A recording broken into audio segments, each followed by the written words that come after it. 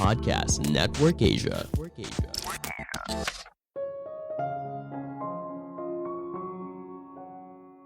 Jangan menyerah untuk meraih hal besar di masa depan hanya demi kesenangan sesaat. Halo semuanya, nama saya Michael. Selamat datang di podcast saya, Sikutu Buku. Kali ini saya akan membahas kalau kemampuan menahan diri untuk menunda kesenangan sesaat ternyata bisa menentukan kesuksesan seseorang. Hal ini dikenal dengan nama delayed gratification. Faktanya hal ini memang tidak mudah, apalagi di era sekarang di mana segalanya serba instan. Kita semakin sulit untuk menunda kesenangan. Kita menganggap semua yang kita inginkan dapat terwujud dengan cepat. Tentu saja hari esok tidak ada yang tahu. Namun, keseimbangan antara mendapatkan apa yang kita inginkan dan kesediaan kita untuk menunda kepuasan akan berbuah manis di masa depan. Sebelum kita mulai, buat kalian yang mau support podcast ini agar terus berkarya, caranya gampang banget. Kalian cukup klik follow. Dukungan kalian membantu banget supaya kita bisa rutin posting dan bersama-sama belajar di podcast ini.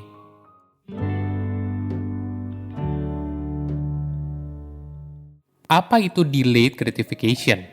Ini merupakan kemampuan kamu dalam menahan godaan dan tetap pada pendirian.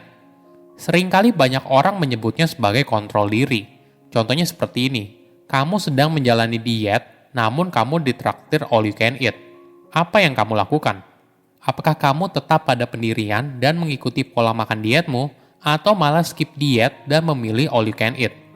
Jika kamu berpikir, tidak apa-apalah, toh cuma sekali ini saja cheating day, kamu tentu saja menikmati imbalan secara instan, yaitu makan sepuasnya. Namun di sisi lain, hal ini akan menjauhkan kamu pada target jangka panjang, yaitu menguruskan tubuh. Setiap harinya, kita mungkin saja mengalami hal ini, dilema di antara dua pilihan, memilih untuk kesenangan saat ini atau kesenangan jangka panjang. Jika kamu ingin sukses, maka memilih kesenangan jangka panjang merupakan pilihan yang tepat. Keahlian ini sangat berguna untuk meraih kesuksesan dalam hidup, mulai dari menghindari gorengan saat diet, hingga memilih untuk belajar daripada pergi main dengan teman. Secara alamiah, kemampuan seorang untuk menunda kesenangan meningkat seiring bertambahnya usia. Saat seorang anak berusia 4 tahun, dia mulai memiliki kemampuan untuk menghadapi situasi yang berkaitan dengan masa depan. Ketika berumur 5 tahun, mereka mulai bisa menunda kesenangan. Namun tentu saja, hal ini tidak berlaku untuk semua orang. Sebagai contoh, lebih dari 30% anak berusia 5 tahun memilih untuk tidak menunda kesenangan.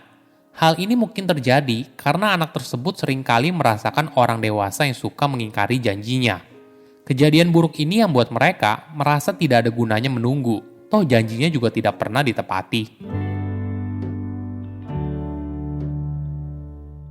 Di era sekarang, kita hidup dalam kondisi yang penuh dengan hal yang instan. Ketika kita merasa lapar, tinggal pesan food delivery. Ketika kita bosan, buka YouTube atau streaming Netflix. Ketika kepo sama kehidupan teman yang udah lama gak ketemu, tinggal buka media sosialnya. Dimanapun kita berada, kita banyak melihat sumber kepuasan secara instan. Lama-kelamaan, hal ini membuat kita sulit menunggu dan bersusah payah untuk mencapai hal besar dalam hidup. Kita selalu mencari cara yang cepat kaya, cepat kurus, dan sebagainya. Ada sebuah riset klasik yang menggambarkan delayed gratification. Pada tahun 1970-an, seorang psikolog bernama Walter Mischel menaruh cemilan di depan anak kecil dan memberikan mereka pilihan. Mereka bisa memilih untuk makan cemilan itu sekarang atau menunggu selama waktu tertentu untuk mendapatkan 2 cemilan. Ketika peneliti meninggalkan ruang eksperimen, banyak anak kecil langsung makan cemilan yang disediakan, entah itu pretzel atau marshmallow. Namun ada beberapa anak kecil yang mampu menahan dirinya untuk tidak makan cemilan, menunggu hingga peneliti itu kembali ke ruangan dan memberikan mereka hadiah 2 cemilan.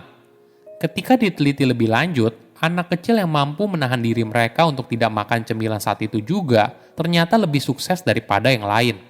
Mereka punya nilai akademik yang lebih tinggi, tubuh yang lebih bugar, dan sebagainya. Riset ini sangat terkenal hingga di kemudian hari dikenal sebagai The Marshmallow Test. Jika keahlian ini begitu penting, kenapa kita sulit sekali menunda kesenangan? Di dunia nyata, kita tidak pasti mendapatkan hadiah. Misalnya, jika kamu memilih untuk tidak makan dessert malam ini, berat badan kamu belum tentu akan turun.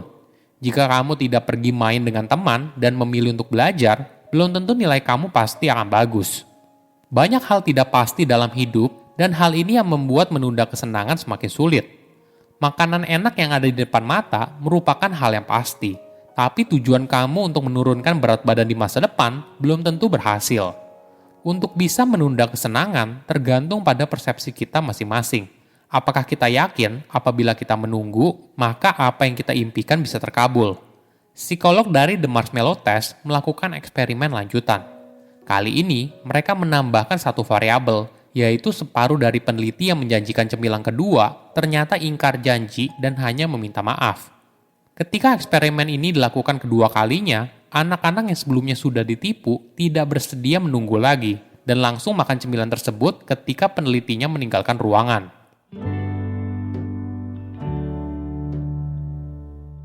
Bagaimana cara kita bisa menunda kesenangan? Pertama, apa tujuanmu?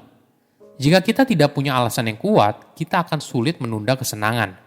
Tentu saja hal ini dapat dimaklumi. Coba pikirkan, tujuan jangka panjang apa yang ingin kamu capai dalam hidup? Misalnya kamu ingin punya rumah. Menyisihkan penghasilan sedikit demi sedikit untuk ditabung atau diinvestasikan merupakan pilihan yang bijak. Tapi tentu saja, ada kalanya kamu tergoda menghabiskannya untuk liburan atau makan malam yang mewah. Agar tujuan besar bisa terwujud, kamu butuh alasan kuat untuk menunda kesenangan sesaat. Kedua, mulai dari hal kecil. Ketika mulai sesuatu, jangan langsung membuat target yang besar. Mulailah dari hal kecil yang membuat kita mudah menyelesaikannya. Misalnya, tunggu 3 menit dulu sebelum memutuskan untuk makan dessert, dan sebagainya. Apabila berhasil, pelan-pelan tingkatkan durasinya menjadi lebih lama. Ketiga, buat target yang realistis. Kadang kita suka buat target yang terlalu tinggi dan akhirnya kita gagal konsisten menjalankannya. Misalnya kita punya target menurunkan berat badan 5 kg dalam seminggu. Tentu saja hal ini tidak mudah dan ketika kamu gagal, kemungkinan besar kamu akan menyerah dan kembali lagi ke kebiasaan lama. Tujuan yang realistis akan membentuk kepercayaan diri kita kalau kita bisa meraih target yang sudah ditetapkan sebelumnya. Keempat, alihkan fokusmu. Saat ada dorongan besar untuk menikmati kesenangan sesaat, alihkan pikiranmu kepada hal lain. Pada riset The Marshmallow Test, anak-anak yang punya keahlian untuk menunggu, mereka tidak fokus melihat cemilan yang ada di depan matanya, namun mengalihkan perhatian mereka dengan bernyanyi sendiri atau melihat ke arah yang lain. Gangguan ini ternyata bisa membuat mereka menunggu lebih lama.